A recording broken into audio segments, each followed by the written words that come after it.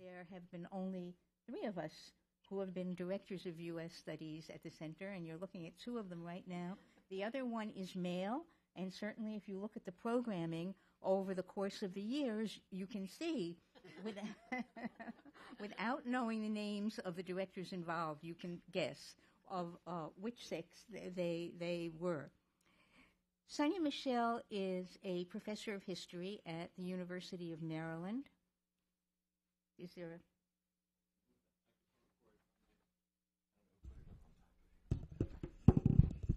Thank you, John. Great. Thank you very much. She previously taught at universities of Illinois, Princeton, and Harvard. She's on the Scholars Advisory Committee, as you just heard, of the National Women's History Museum. She has lectured all over the world. I was looking at her CV, and I noticed that she's lectured in, I'm giving you a partial list here, Germany, Italy, China, Hungary, Canada, Belgium, Australia, Finland, the Netherlands, Israel, Japan, Sweden, England. Think about all the frequent flyer miles. She is the author of outstanding books in the field of women's history. She's the author of Children's Interests, Mothers' Rights, The Shaping of America's Child Care Policy. She's the co-author of Engendering America, A Documentary History, 1865 to the Present, as well as a co-author of The Jewish Woman in America. She's the co-editor of a number of volumes, including Mothers of a New World, Maternalist Politics and the Origins of Welfare States. I'm not going to go on and on and on and on, but I could very easily because this is an impressive body of work. And what she's going to be talking about today is women in social policy, really bridging the gap between scholarship and policy. As many of you know, the Wilson Center was created by Congress to bring together the 2 worlds that were inhabited by Woodrow Wilson, that of scholarship and of policymaking. I mean, some of you may not know that Woodrow Wilson was a major scholar before he became a politician. He was, before he ran for the governorship of New Jersey, the president of Princeton University, but before that he was a political scientist who wrote major books in political science. And so his legacy of pulling together policy and scholarship is very much in our thoughts as we'll listen to Dr. Michel. Her paper today is going to draw not only on her books, but on the work of other historians of women in the United States. And what's really important about what it is that she is doing and what she's going to talk to us about today is that for a long time it was just assumed that women were not active in the public sphere of the United States. It was assumed, certainly, that until women got the vote, they were just absent. That simply is not true. And it's only in the last few decades, as the discipline of women's history has come into existence, that we have learned otherwise. So we now have a very fitting conclusion to this year's presentations in our series on the past, present, and future of U.S. women's history. I'm delighted to introduce Dr. Sonya Michel.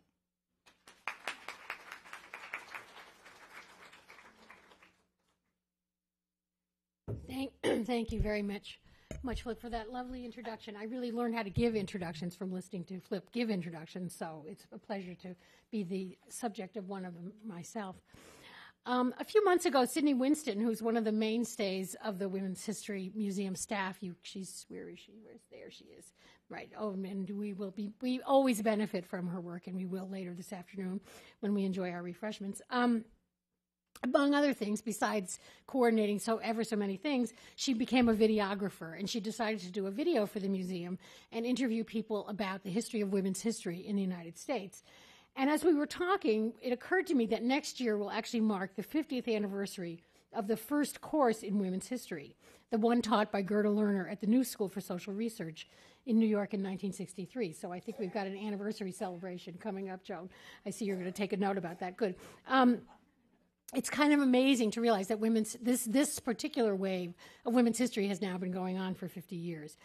Of course, since then, as Flip said, the field of women's history has grown. It's grown enormously, and it's deepened our understanding of women's experience, how they lived, and in particular, how they coped with the often narrow roles defined for them by society and culture. roles that were reinforced by religious dicta and that were reflected in political and legal frameworks. One of the things that Gerda Lerner and other women's historians have taught us is, as Flip said, that despite these constraints, women made the most of the political space available. Indeed, they created political space for themselves. Even before they had won suffrage or the right to run for political office, they managed to make their voices heard in the public sphere.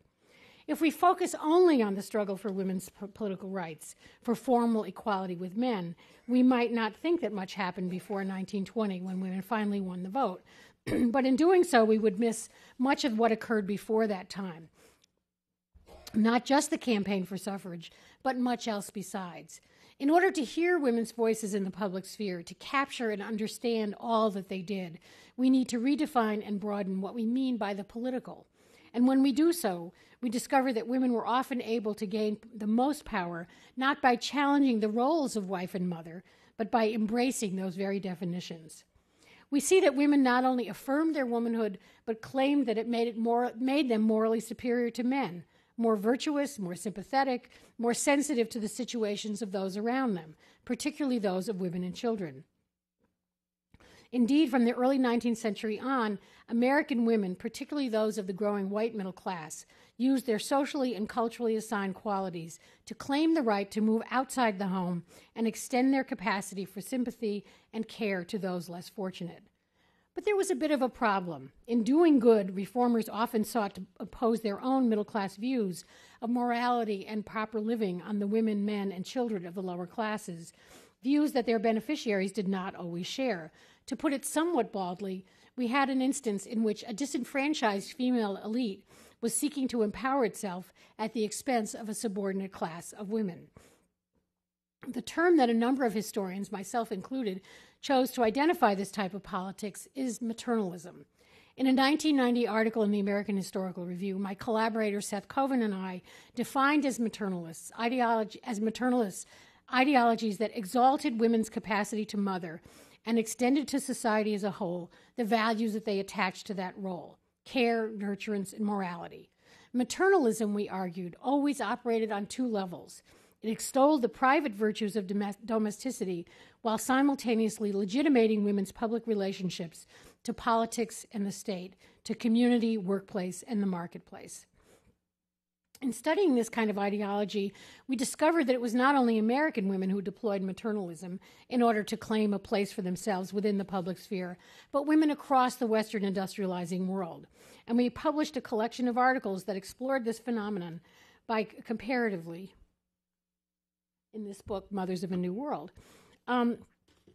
While noting the tensions that often arose between benefactors and beneficiaries, we also pointed out that maternalist reformers were responsible for laying much of the groundwork for modern welfare states and also for civil society. Thus, we showed that while doing well for themselves, gaining a public voice, women were also doing a great deal of good. By now, you're probably wondering how maternalism relates to feminism, and indeed, this is something that has vexed feminist scholars for many years.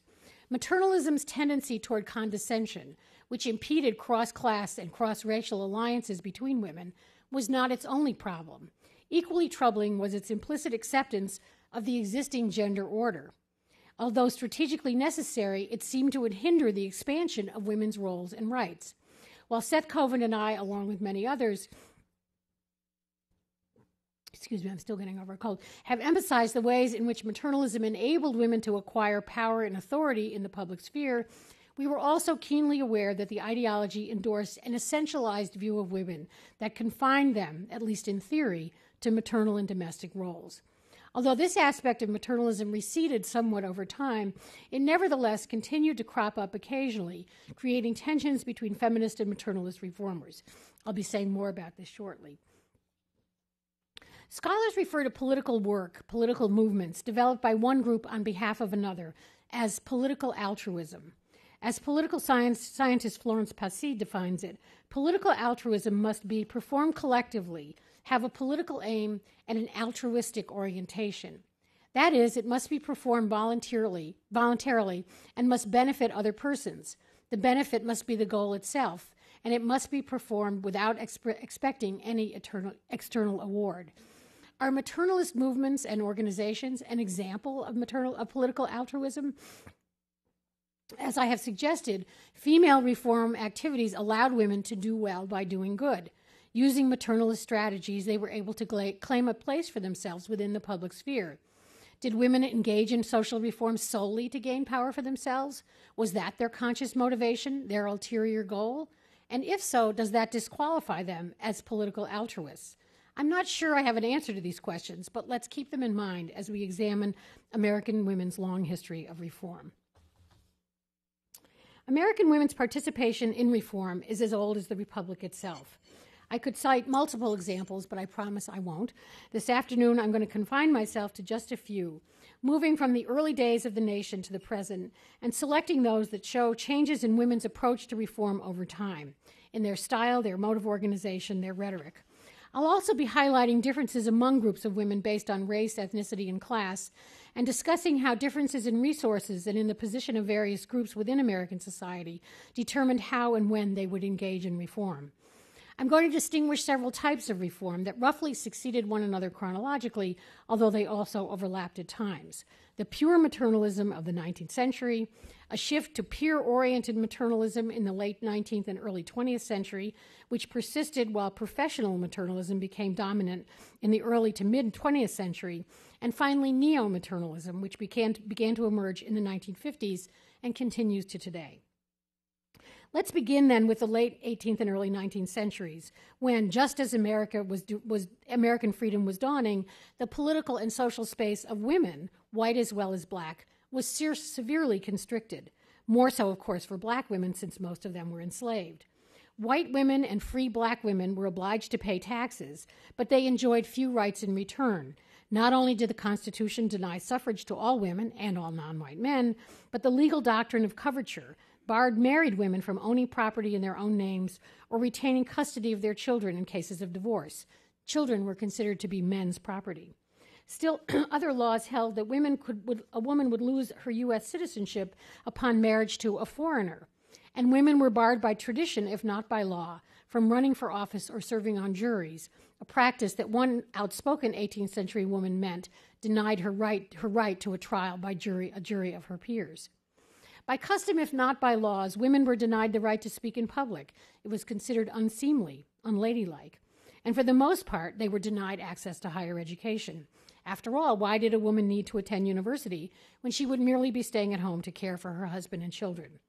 But women managed to find a way around this by defining a special role for themselves, one that historian Linda Kerber has called Republican motherhood. Female writers and teachers like Judith Murray argued that in order to help build and preserve the fledgling republic, women had to raise their sons to be moral, upright, rational citizens, and for this purpose they themselves required an education. In 1784, Murray published an essay with the tongue-in-cheek title, "Desultory Thoughts upon the Utility of Encouraging a Degree of Self-Complacency, Especially in Female Bosoms." As Kerber puts it, Murray and others created a mother who had a political purpose and argued that her domestic behavior had a direct political function in the Republic.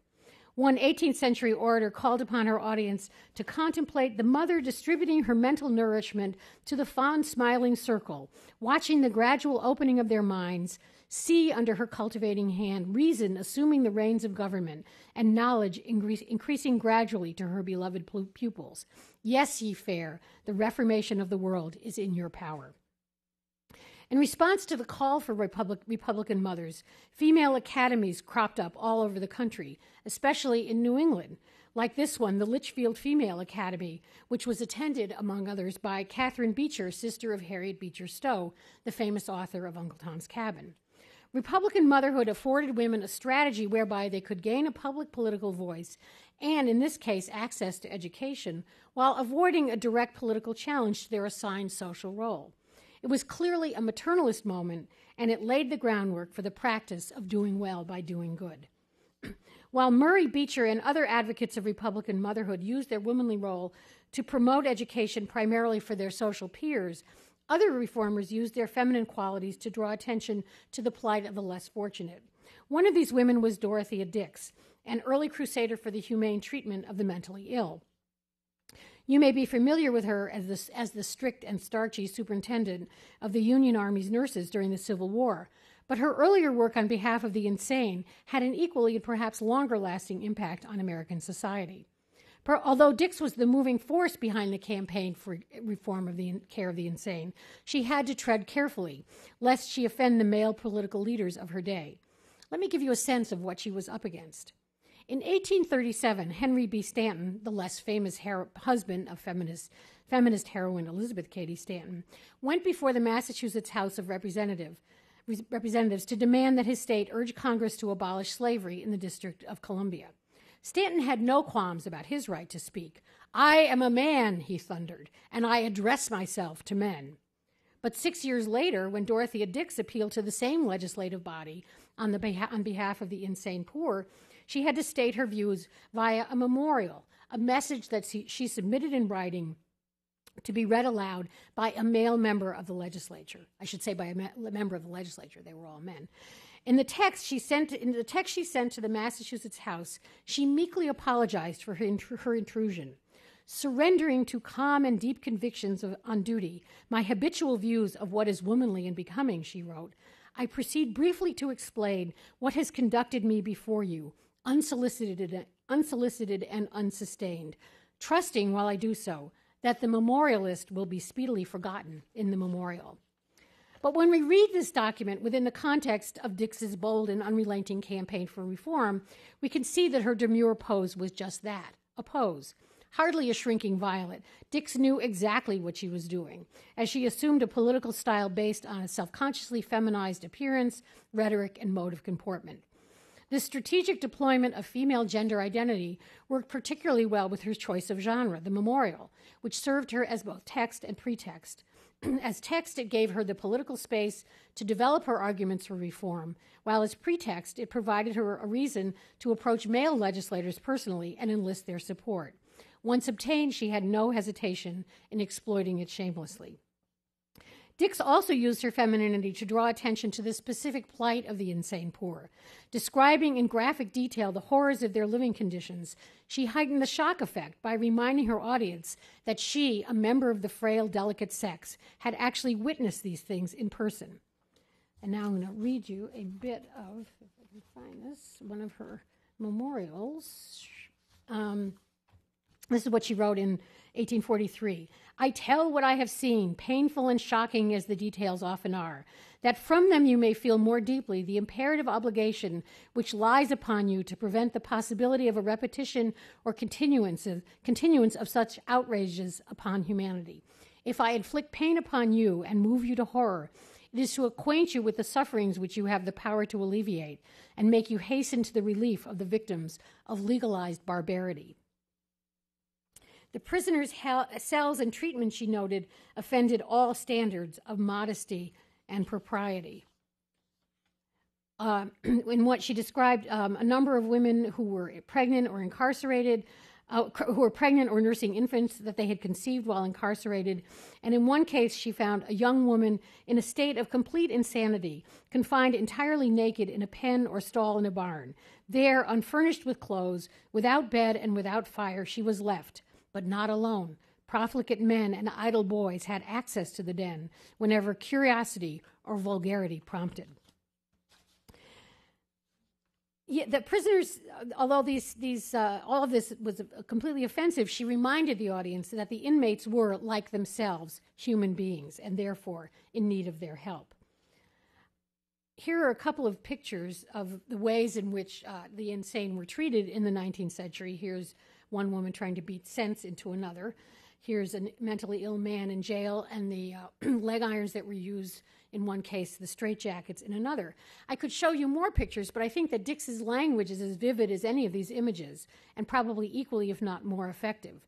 Based on her investigations, she penned a series of memorials between 1843 and 1852, calling upon nearly a dozen state legislatures and eventually the U.S. Congress to support hospitals for the insane. In every case but one, her pleas succeeded, the one exception being the federal government. A bill actually passed Congress in 1854, only to be vetoed by then-President Franklin Pierce. I could spend the rest of my time describing the many projects that women undertook over the course of the 19th century, the campaigns, charities, and philanthropies they created, large and small, local and national, the hundreds of voluntary associations they formed, all in the name of femininity, womanliness, and motherhood. Taken together, women had, by the time of the Gilded Age after the Civil War, established what historian Sarah Evans has called a maternal commonwealth, a network of institutions and practices addressing a multitude of social ills. In contrast to the women's suffrage movement, which was also gaining momentum at this time, women's maternalist reform was aimed primarily at helping others, not themselves. To be sure, all women still lacked the vote and continued to struggle under the legal limits of legal coverture, but reform did gain for some women, a voice in the public sphere. Take, for example, the group that started the New York Female Reform Society in 1834, which historian Carol Smith Rosenberg describes in her very first book, Religion and the Rise of the American City. Seeking to reform prostitutes and promote moral perfection throughout their city, these passionate reform evangelicals, these passionate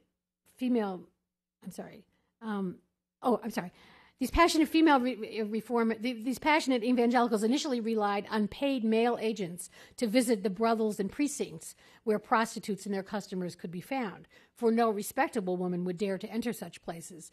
But gradually they took over the tasks themselves, particularly when it came to working directly with prostitutes and trying to place them on a path to virtue through religious conversion.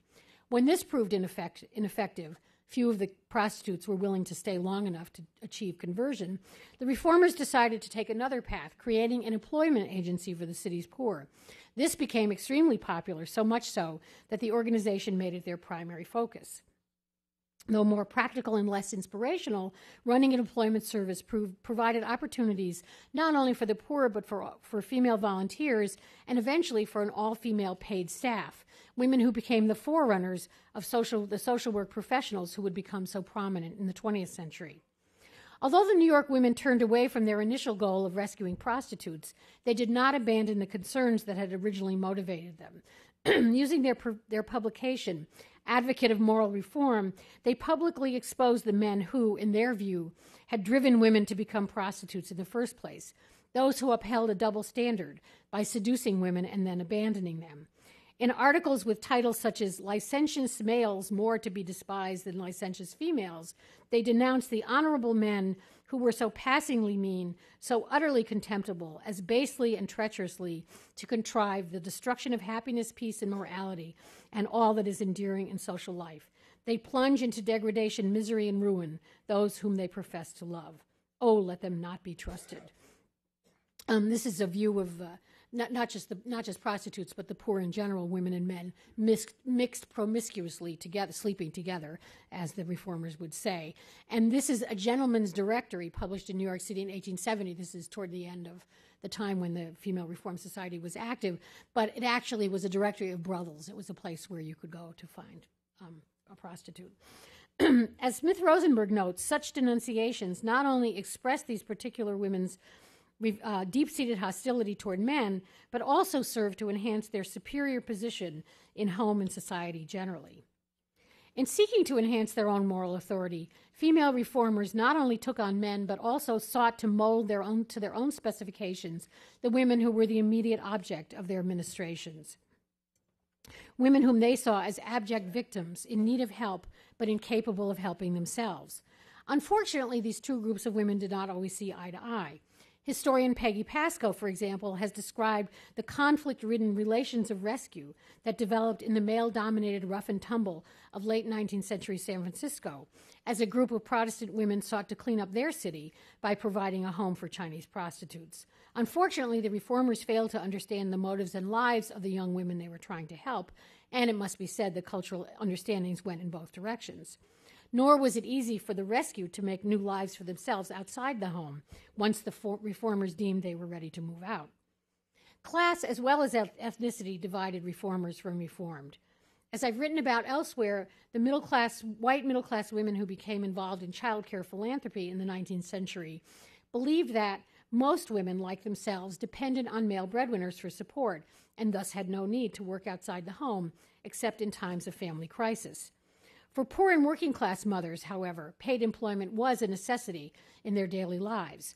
But in setting up day nurseries to care for the children of wage-earning mothers, philanthropists assumed that they would use them only as a temporary stopgap when their husbands had become ill or disabled, lost their jobs because of drink, deserted them, or died. The 4 Ds, as I always tell my students. If the husbands regained their health, sobered up, returned to the family, or rose from the dead, then the nursery services would no longer be needed. Such views persisted throughout the 19th century and became the basic philosophy of the first national child care organization, the National Federation of Day Nurseries. Established in 1898, forgot a murdered prostitute, sorry about that. That was quite a scandal, but I won't go into it. In 1898, this NFDN was founded. A few years after its founders had staged a very successful model day nursery at the World's Columbian Exhibition in Chicago. This is what it looked like, and you could see their windows at the back where people could actually watch the children being cared for. It was all set up, all very prim and proper. This is what it actually looked like when it was in action. You can see it was a little more chaotic than the model showed. But the aim of the Federation was to inspire thousands of women with time and money at their disposal to establish in their own cities and towns similar nurseries where poor women obliged to labor for the support of their families may leave their little ones in safety. The NFDN succeeded in gaining affiliates in major cities across the country, and these chapters in turn established hundreds of day nurseries. But because the leaders insisted on maintaining their projects as private philanthropies rather than seeking public support, their services remained limited, and the organization missed a chance to establish childcare as a basic right for all American women, a right, I should note, that women are still seeking. Unlike their white counterparts, the middle-class African-American women who engaged in social reform in the late 19th and early 20th centuries developed a more realistic view of the needs of their poor and working-class sisters. The founders of the National Association of Negro Women's Clubs, for example, took as their motto, "Lifting as we climb." And they identified closely with the entire black community, seeking ways to address their needs without condescension. In the 1910s, for example, Eugenia Burns Hope and other members of the Neighborhood Union of Atlanta founded a number of free kindergartens for African American children. At first, they kept them open only for a few hours a day, but they soon realized that mothers needed all-day care for their children, so they expanded the services to better fit the schedule of these wage-earning mothers. Notably, these nurseries were funded not through a handful of large endowments, as the city's white nurseries were, but by means of dozens of small donations and in-kind contributions, such as meals and housing for the kindergarten's teachers. Though clearly different in many ways, both the National Association of Colored Women's Clubs and the National Federation of Day Nurseries reflected a general late 19th century trend among women toward creating national reform organizations. Some of these were targeted toward specific goals, like the National Congress of Mothers and the National Congress of Colored Parents and Teachers, whose primary goal was to educate parents, especially mothers, in scientific methods of child-rearing. The National Congress of Mothers, later the PTA, was founded in 1890s by Alice Burney, whose picture appeared on the invitation for this lecture, and Phoebe Apperson Hearst, and the NCCPT was founded in 1926 by Selena Sloan Butler, an African-American teacher from Atlanta. Kept apart by segregation, these two organizations did not unite until the 1970s. But even while separate, their memberships attracted millions of parents across the country, and they did much to enhance the offerings of the nation's schools. Other organizations were less specialized, taking up a range of issues and using their large memberships to try to wield political power, albeit still indirectly. Such organizations included the General Federation of Women's Clubs, which was the white counterpart of the NACW. In fact, the NACW had been founded to offer African American women an alternative to the General Federation, which was segregated. As these national organizations gained prominence, their leaders felt less need to justify their existence or defend women's presence in the public sphere. But they did continue to deploy maternalist rhetoric if it suited their needs. When, for example, the National Congress of Mothers and the General Federation joined forces in the early 1900s to campaign for mothers' pensions, the forerunners of AFDC, one advocate argued, "No woman who has 3 or 4 children should be asked to earn her own living. She has done her duty to the state, and the state should recognize it and help her bring up those children in a way that will make good citizens of them." In other words, mothers were performing a service to the nation and should be compensated accordingly. The campaign for mothers' pensions was wildly successful, spreading, as one contemporary put it, like wildfire from one state to another. But perhaps its most notable feature was that it occurred at a moment when women still lacked the vote. In addition to mobilizing and coordinating their resources across the country, the women of the NCM and GFWC also learned to make strategic alliances with male politicians, much as Dorothea Dix had done decades earlier, and this gave them crucial access to the legislative system. This was also the strategy of the largest and perhaps most famous women's reform organization of all, the Women's Christian Temperance Union. Formed in 1874, its membership expanded rapidly, and by the 1920s there were chapters in not only across the U.S., but in more than 40 countries. It was particularly strong in Canada, Australia, and New Zealand, where drinking was considered to be a great problem. And at its peak in 1927, it boasted more than 766,000 dues-paying members. Operating under the slogan, "For God and Home and Native Land," later Every Land, the WCTU bore all the earmarks of a conservative maternalist organization. Subscribing to the notion that women constituted the morally superior sex and drinking, the enemy of the home, was primarily associated with the male gender, members of the WCTU urged all men to take the pledge of abstinence and join their wives in living a white life for two. This is one of their slogans, "Lips that touch liquor shall not touch ours." But in pursuing these avowedly conservative goals, the organization used tactics that many contemporaries viewed as radical. For example, unlike many maternalists, a majority of WCTU members supported suffrage.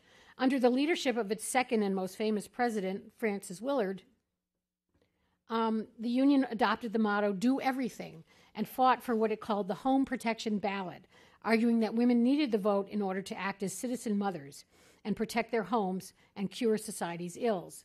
In the 1880s, Willard joined forces with the rather feeble Prohibition Party, giving it a tremendous boost, and in the 1990s made common cause with the Knights of Labor, a leading anti-establishment labor organization of the day. In both instances, Willard's actions challenged major tenets of the prevailing gender ideology. Maternalists generally accepted the idea that direct participation in politics was corrupting and therefore something women should avoid, lest they lose their claim to moral superiority. Though Willard was careful to frame her demand for suffrage in terms of home protection, she nonetheless crossed a line, not only by calling for the ballot, but actually joining a political party. Similarly, making common cause with the Knights of Labor catapulted the supposedly conservative WCTU into the midst of the growing struggle between labor and capital on the side of labor.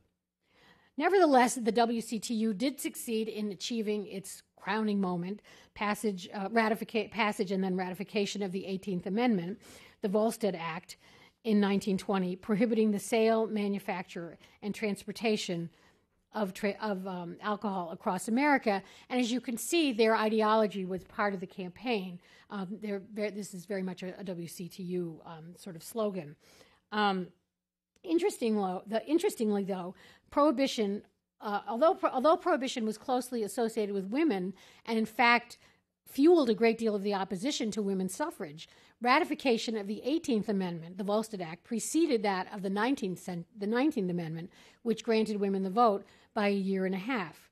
To be sure, millions of women did support Prohibition, but millions more joined their male counterparts in flaunting it.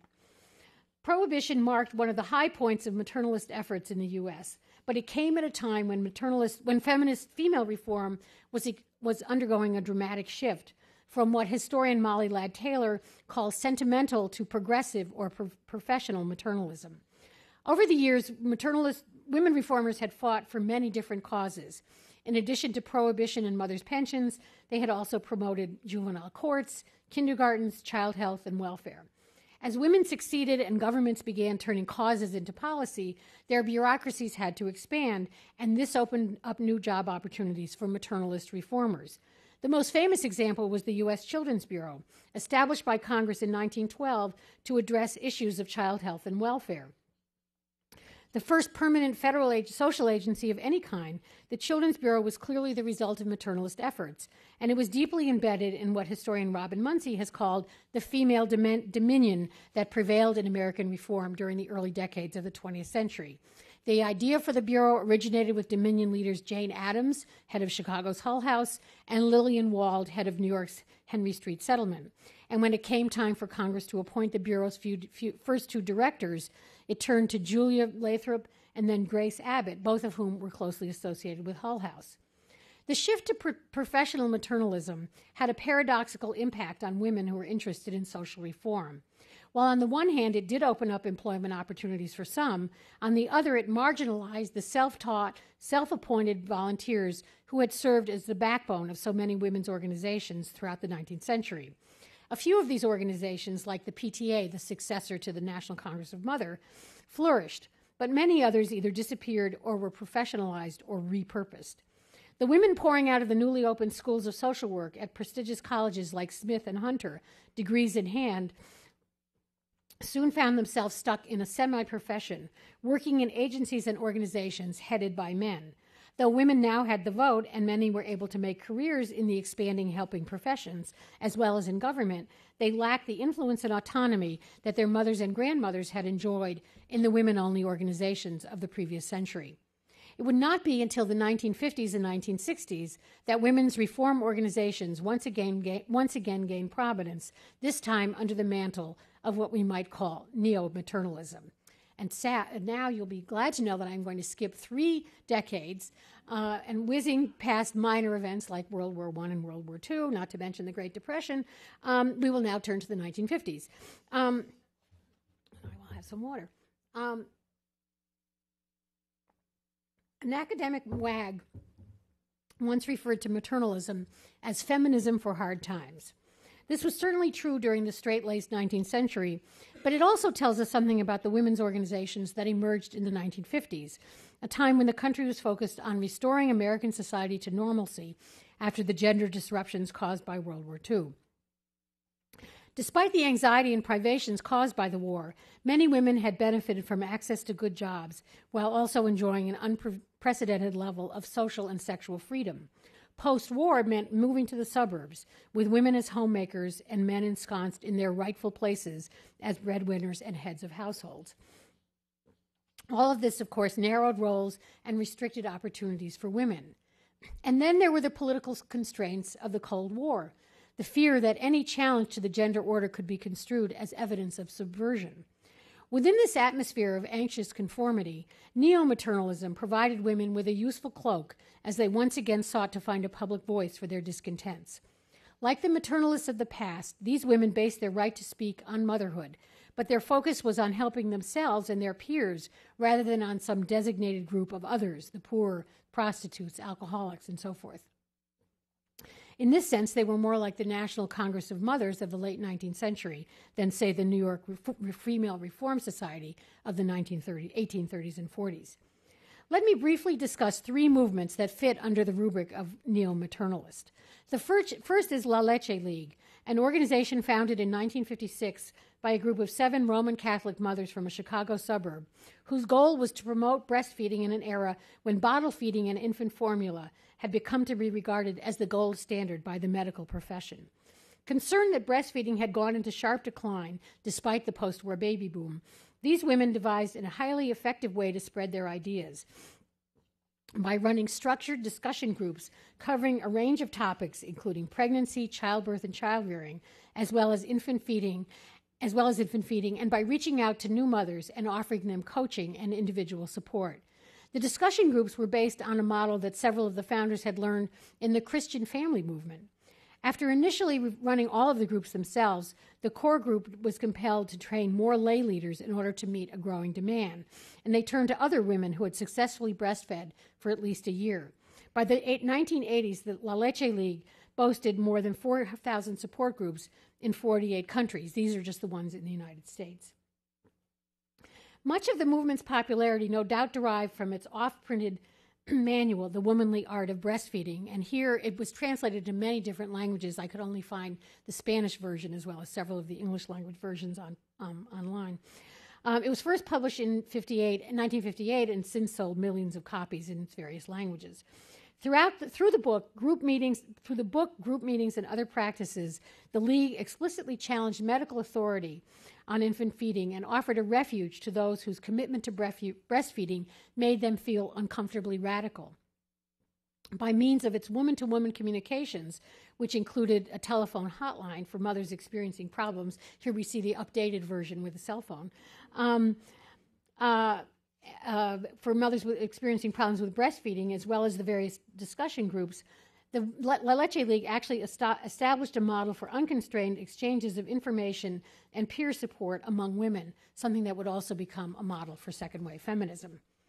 In later years, La Leche League came to be considered conservative by many feminists, since it consistently privileged breastfeeding and child-rearing above any other ambitions or needs that women might have, such as holding a job or pursuing a career. In this sense, the League perhaps prefigured the attachment parenting movement that was purveyed so provocatively on the cover of Time magazine last week. And I think the same debate is actually going on around this movement, too. The organization did, however, serve as an important resource for women seeking to carve out their own path through motherhood, one that often also included natural childbirth, a path that might not be considered conservative, but actually proto-feminist. Neo-maternalism also served women involved in two more obviously liberal issues in the 1950s and early 60s, the welfare rights movement and the peace movement. Like the members of La Leche League, women used these movements not to assist the less fortunate, but to mobilize their peers. Self-representation and self-empowerment were their goals. The welfare rights movement of the 1960s, 70s, and 80s drew its membership primarily from the African American community, although African Americans were not a majority of the poor population overall. To some extent, the movement came out of decades of organizing around civil rights, beginning with the National Association for the Advancement of Colored People and the Urban League. But while these two cross-class organizations had focused on poverty as a symptom of the larger issue of discrimination, welfare rights activists turned the tables by taking poverty as the starting point for their demands. This meant that for the first time, poor American women were organizing on their own behalf, not being represented by someone else. And they took that opportunity both to claim material benefits for themselves and their families, and also to articulate their understanding of the linkage between their dignity as women, their rights and needs as mothers, and full participation in civil society. Initially coming together in small groups to share complaints about local public housing and welfare practices in the 1950s and early 60s, poor and low-income women coalesced to form the National Welfare Rights Organization in 1967. This is one chapter of it, but the NWRO quickly became the most visible face of the anti-poverty movement, with members addressing national rallies across the country and in Washington, D.C., and famously testifying before Congress in what were undoubtedly some of the most raucous, indecorous hearings ever held there. The struggle for welfare rights rose and fell against a backdrop of New Left activism as well as the war on poverty, the first federal effort to address the problem of poverty since the New Deal. While the young leftists, who were mostly white, middle class, and male, provided critical assistance to welfare recipients, particularly when it came to legal matters, their claims to expertise sometimes meant that they impeded the efforts of poor women to represent themselves. Nevertheless, as historian Pramila Nadesan puts it, Black female recipients were able to make their voices heard and their power felt. One of their chief goals was to fend off the stereotype of the welfare queen and to deflect accusations that Black mothers did not deserve support or that they were simply lazy. Members of Women's Strike for Peace invoked motherhood to deflect a different set of accusations for being communists or subversives. This group came together in 1961 in response to calls from a handful of politically alert women who were concerned about the arms race and particularly the fallout, both political and actual, resulting from the acceleration of nuclear testing. As Amy Swerdlow explains in her path-breaking history of the movement, its core group consisted of a handful of political sophisticates, many of them veterans of the old left, while the rank and file was composed largely of white suburban housewives and mothers, most of whom had had little or no previous political experience.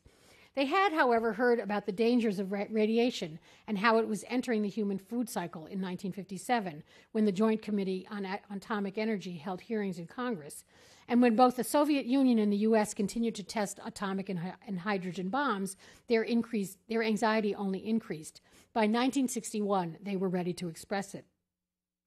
Despite the election of JFK, the cloud of the Cold War still hung heavy over the political climate of the U.S., making it difficult for opponents of nuclear testing to voice their opposition to the arms race without appearing to play into the hands of the Soviets. For this reason, suburban housewives, framing their objections in terms of potential harm to their families, made the ideal messengers. When members of Women's Strike for Peace staged their first demonstrations in November of 1961, newspapers across the country picked up on their affluent, traditionally feminine, and amateurish appearance, and the Associated Press pointed out that several of the demonstrators were actually pushing baby buggies. While this coverage might be construed as demeaning or disrespectful, it did serve to deflect attention from what was ultimately a radical message. That message did not, however, escape Governor Edmund Brown of California. He told the women demonstrating in Sacramento, "I wish you would go to Moscow and let them know how the American people feel about this. I wish you would let them know that we don't want an inch of their territory, that if they want to become communists, that's all right. All we want is to be left alone." This, according to Swerdlow, was just what the Washington founders had hoped for, one of the nation's leading governors speaking out for international peace. And he had been propelled into doing it by just a few hundred suburban women wearing pearls and pushing baby carriages. Later in the 60s, Women's Strike for Peace joined many other groups in protesting the war in Vietnam. And here they are, and the draft particularly, saying that they didn't want their sons to be drafted. But their heyday was actually in the early 1960s when they really got when they really addressed what was a very difficult political issue. Just as Prohibition had marked the end of one era of women's reform, so the triumphs of Women's Strike for Peace marked the end of another. The advent of second-wave feminism in the 1960s and 70s radically altered the political climate for women. For one thing, of course, it firmly established women's right to public participation, at least in principle, if not in practice. But at the same time, it also had the paradoxical effect of narrowing the range of discursive choices available to women. As I've tried to show throughout American history, women reformers have chosen the strategies and rhetoric that offered the best fit with the prevailing gender ideology. Feminist in the rare moments when that seemed appropriate, more often maternalist when the climate was less propitious, as it so often was. But second-wave feminism pulled the rug out from maternalism when it took positions ranging from demands for equal sharing of parenthood with men to open hostility and rejection of motherhood.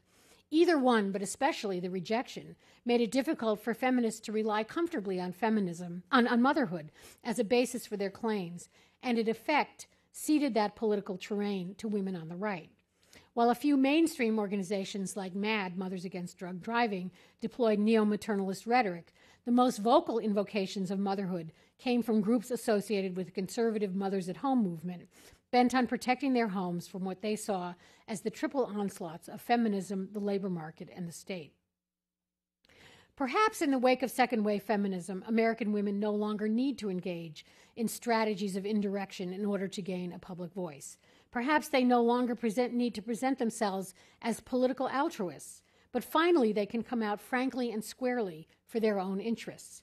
Unfortunately, a quick glance at the current political, economic, and social status of women in the U.S. suggests that such conclusions may be premature. As Heidi Hartman, who I'm glad to see has joined us, and many others in this audience can tell us, women are still at a marked disadvantage on almost any scale one can mention. My own work on the history of childcare has forced me to conclude that feminist rationales for policy change are seldom as powerful as those based on altruistic principles, such as child development or human capital. Arguments that seem too self-serving, childcare should be a women's right, don't seem to,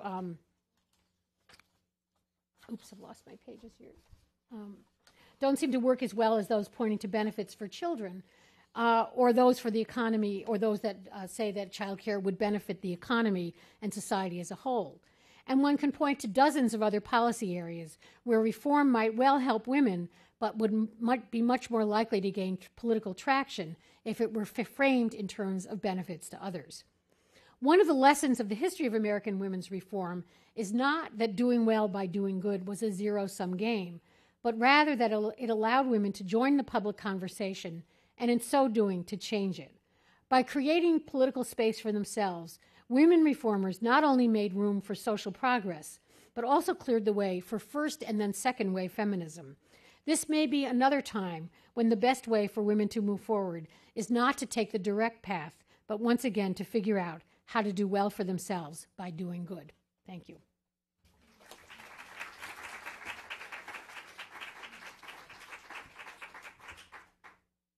Thank you so much, Sonya. Sorry, it was so long. No. On the contrary. We're going to open the floor for questions now. Will you, when you're called upon, wait for the microphone to get to you and identify yourself before you ask your question? Who would like to start us off? Right, in the back, please. Hi, thanks for a great talk. I'm Kate Clinton. Talk to us a little bit more about the campaign for mothers' pensions and what's the possibility of getting that going today? Funny you should mention it. Okay, the period from about the late 1890s, but especially the early 1900s, for about 20 years, was a time when there were an increasing number of women who were widowed or whose husbands were disabled, largely through industrial accidents. There was also a lot of desertion. And so reformers were torn between two strategies. One was to provide child care so that women could enter the labor force and support their children. But the other, which was one that appealed more to maternalists, was one that called for giving women an allowance, a pension that would allow them to stay home with their children. And this was also an idea that was being kicked around in Europe. That women in Britain were talking about an endowment for motherhood and so forth. So it was an idea that was kind of in the air.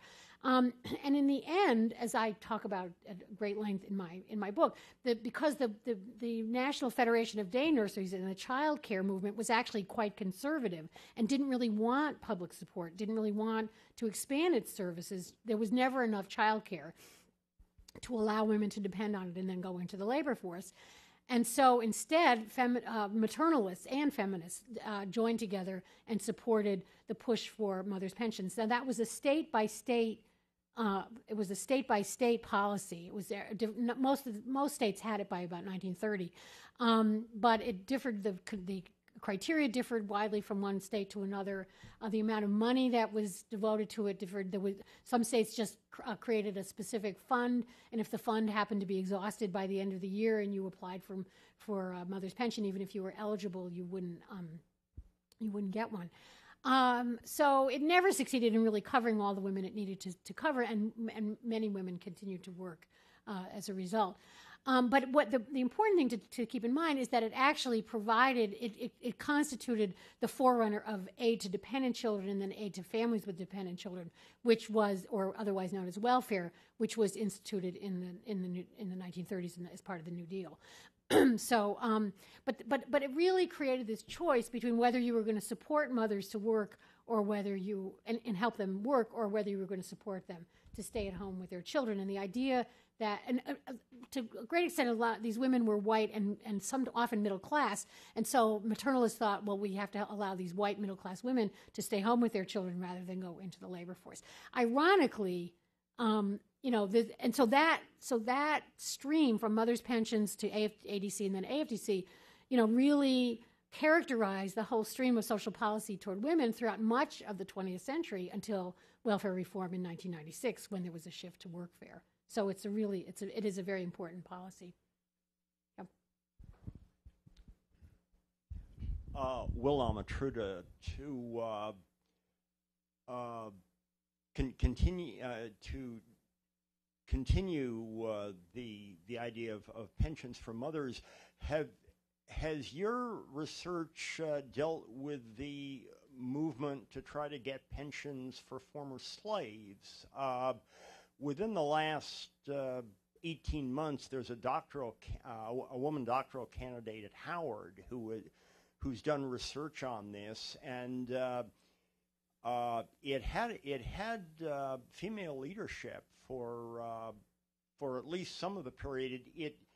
It started about the 1890s, and by 1910 had pretty well been beaten down because it was attacked the same way Marcus Garvey was attacked. There were allegations of mail fraud.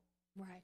I don't really know. I'm sure there are people in the audience who know much more about this than I do. I think what you're talking about is pensions for the descendants of slaves. Yeah. Right. Well, in the 1890s, it would have been, yes, right.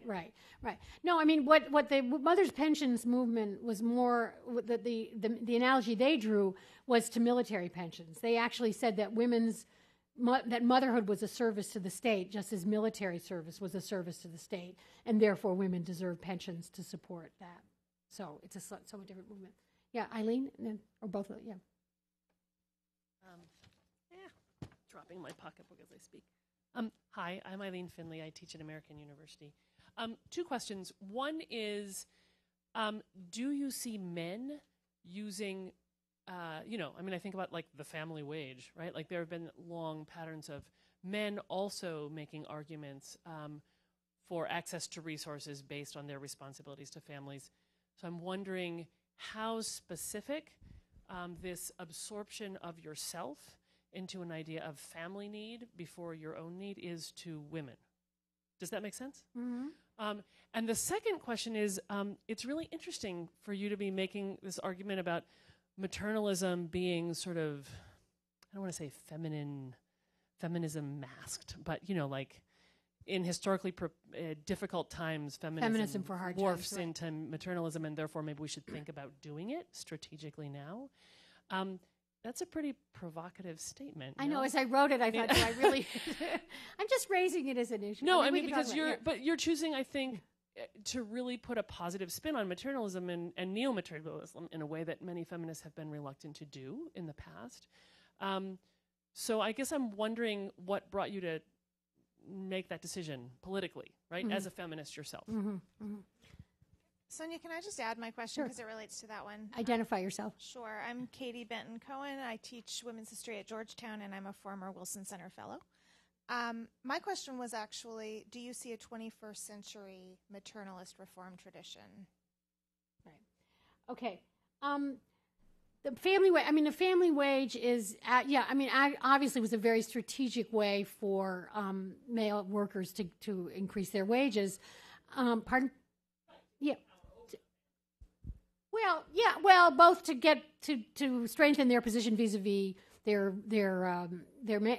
bosses, but also it was a politically acceptable way. I mean, and they were dealing with the same ideology. I mean, they just as women were fitting themselves into a maternal idea, a family ideology. Male breadwinners were also men were also fitting themselves into that, only slotting themselves into their assigned role, which was as breadwinners.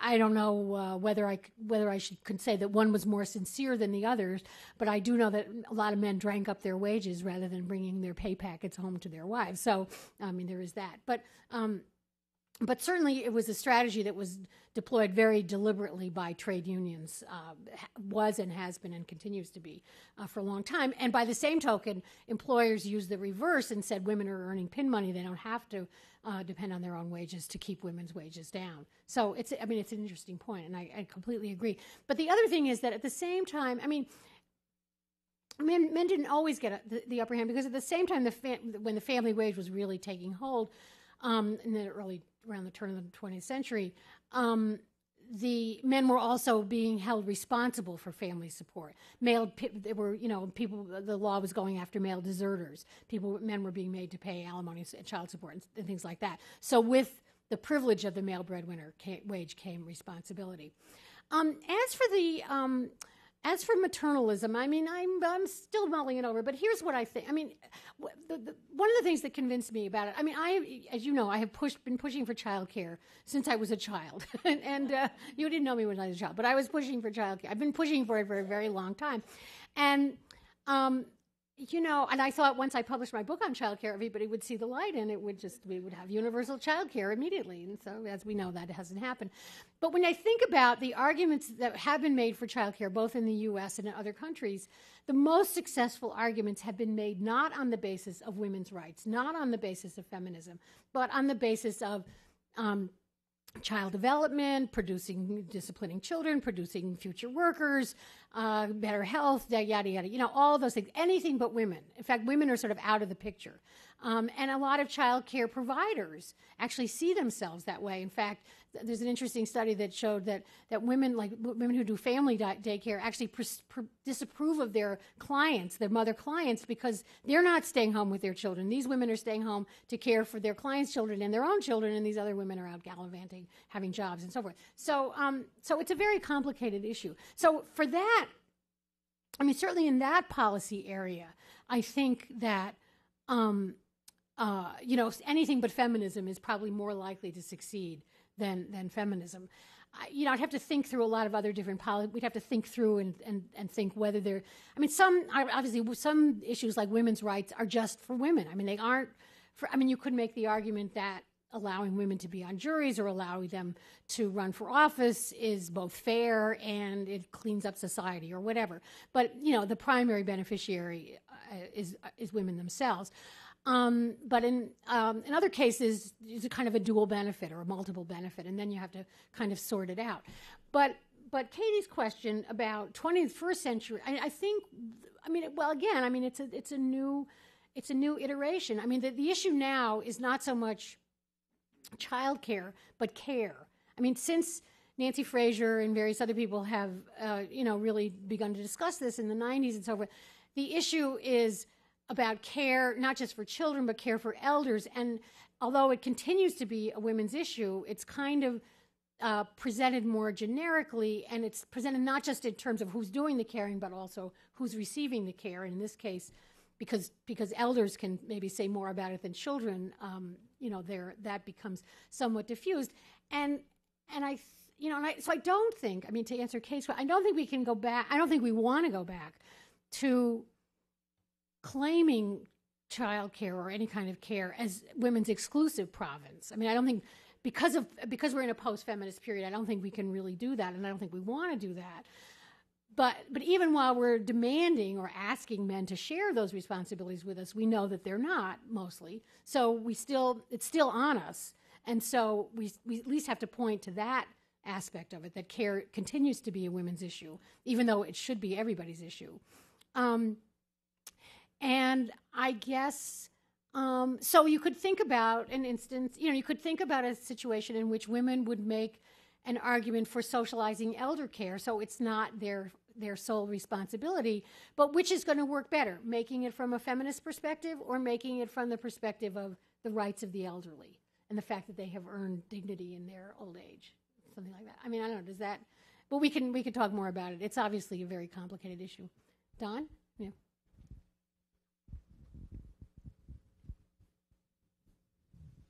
Welcome back. I'm Thank Don you. Wolfensberger with the Wilson Center.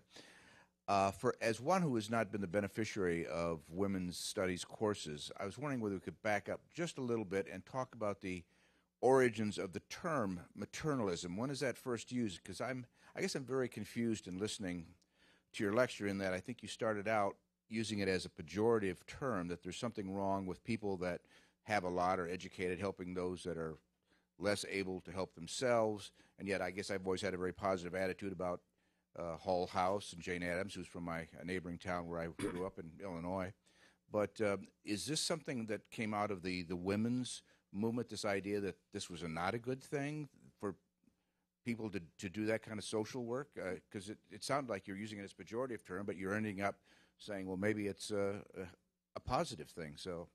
Right. I'm ambivalent about it. I guess that's why it's confusing. Maternalism is a heuristic term. It's a historian's term. Nobody went around calling themselves maternalists.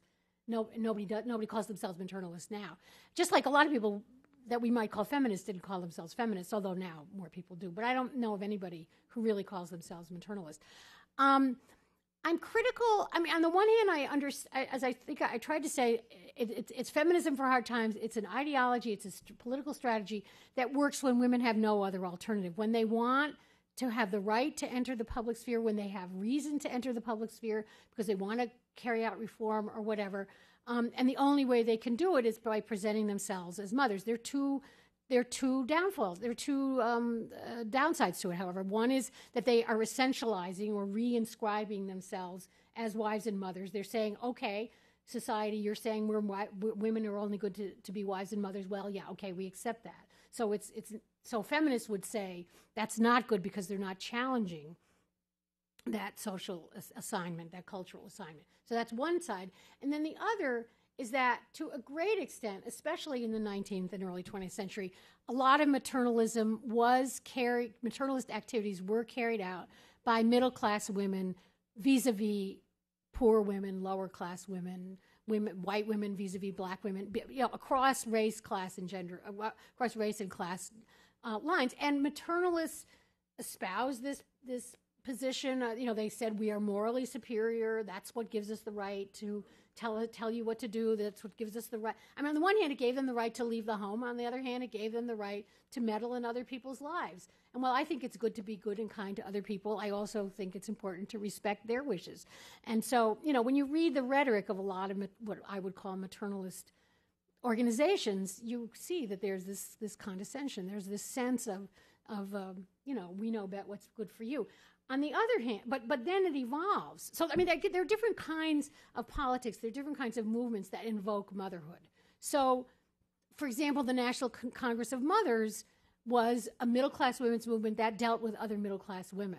And it talked about how to be better mothers, but these were women educating themselves. So there wasn't this dynamic of condescension. It was pretty much peer-to-peer. And a lot of the others, certainly the feminist groups, were like that. Certainly Women's Strike for Peace was like that. And even within the National Association of Colored Women, while there were class differences, the idea that that all African Americans face discrimination meant that there was a sense of unity that crossed class lines.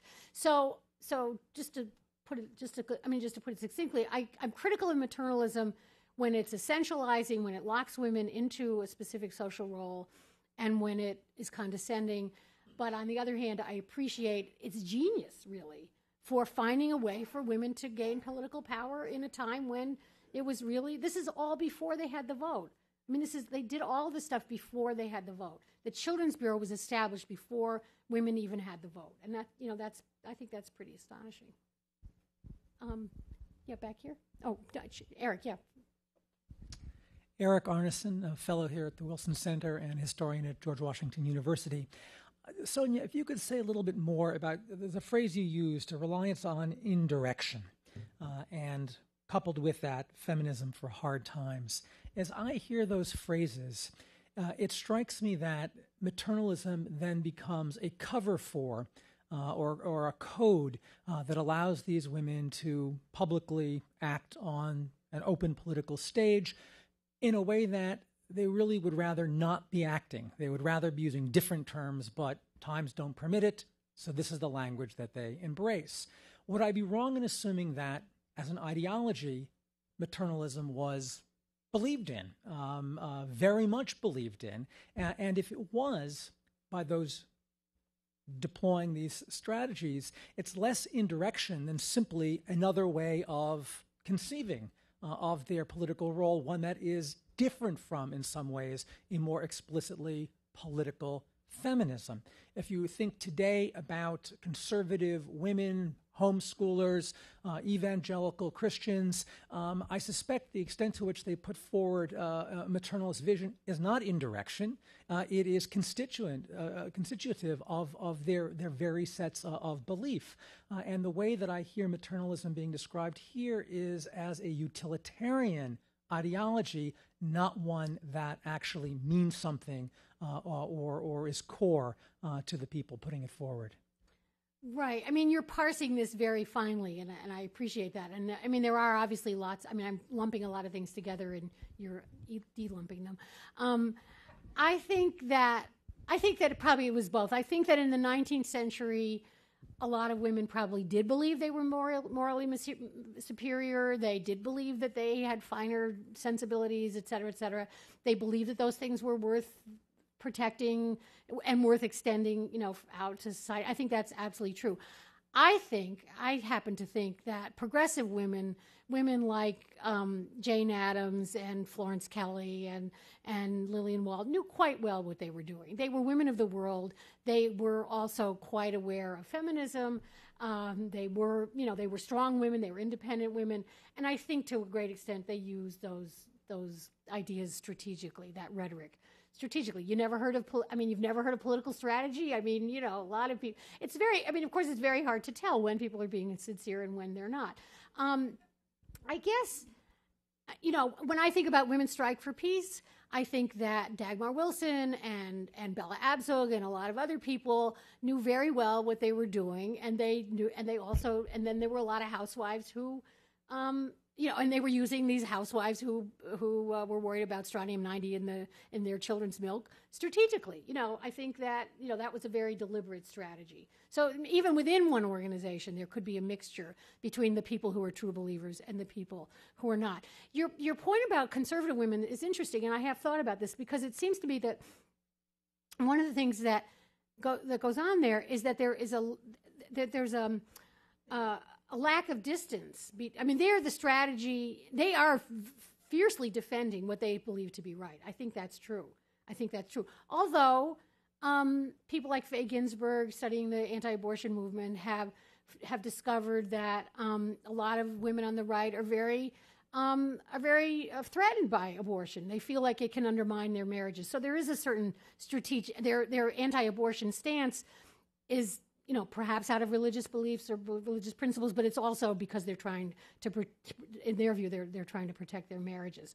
So I think it's often a mixture, and I think in order to tell, as historians, in order to figure out who's being sincere and who's being strategic, and those two things may not be opposed, you have to go into the people's papers. You have to try to figure out what they really thought, what they really believed. And, if you can find a smoking gun that says, I don't believe this, but I'm going to use it anyway because it really works, great. But if you can't, you can't. But I think to me, what I think is perhaps is more interesting or maybe easier to get at is the ways in which the rhetoric fits in with the ideology of the time, with the gender system of the time, or whatever it is. I think the strategy of Women's Strike for Peace was really quite ingenious, and so forth. Was that your? Oh, an indirection, yeah. So, look, people are, political strategy is next to the government itself. It's the main industry in this town, right? People are always trying to figure out how to spin, as our last year's colleague David Greenberg put it. It's all about spin, So people are always spinning, and maternalists were probably spinning with the best of them. Yeah, this lady right here. Yeah. Denise Baer, Boston University. A lot of historians have noted that the United States is distinctive for having a lot of religious movements, a lot of reform movements, social movements that are often a model for reform around the world. I was wondering if any of your research has led you to draw any conclusions about whether the United States is distinctive, whether the American women's movement is distinctive, and how that might compare to other countries. Yeah, and you may have missed the beginning of my talk. When in